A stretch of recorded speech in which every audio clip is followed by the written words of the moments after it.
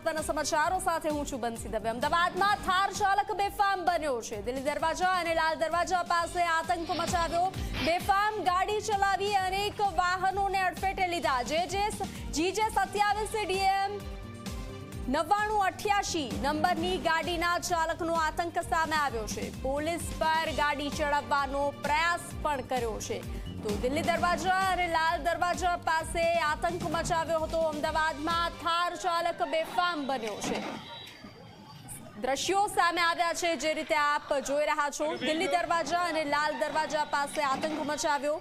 બેફામ ગાડી ચલાવી અને વાહનોને અડફેટે લીધા। GJ 27 DM 9988 નંબરની ગાડીના ચાલકનો આતંક સામે આવ્યો છે। આતંક કેમેરામાં કેદ થયો છે। પોલીસ પર ગાડી ચડાવવાનો પ્રયાસ પણ કરવામાં આવ્યો।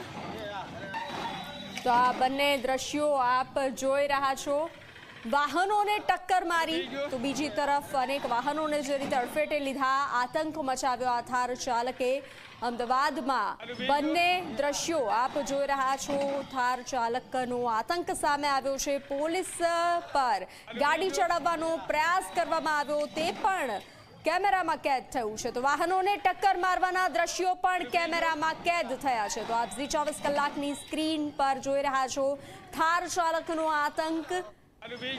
એક બાદ એક આવી ઘટનાઓ જે રીતે સામે આવતી રહે છે। તો ફરી ઘટના સામે આવી છે। અમદાવાદમાં થાર ચાલક બેફામ બન્યો છે જે કેમેરામાં કેદ થયો છે।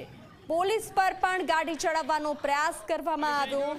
થાર ચાલકનો આતંક કેમેરામાં કેદ થયો છે। દિલ્હી દરવાજા અને લાલ દરવાજા પાસે આતંક મચાવ્યો હતો। વધુ વિગતો સાથે સંવાદદાતા ઉદય જોડાઈ ચૂક્યા છે। ઉદય, થાર ચાલકનો આતંક સામે આવ્યો છે। પોલીસને પણ કચડવાનો પ્રયાસ કરવામાં આવ્યો।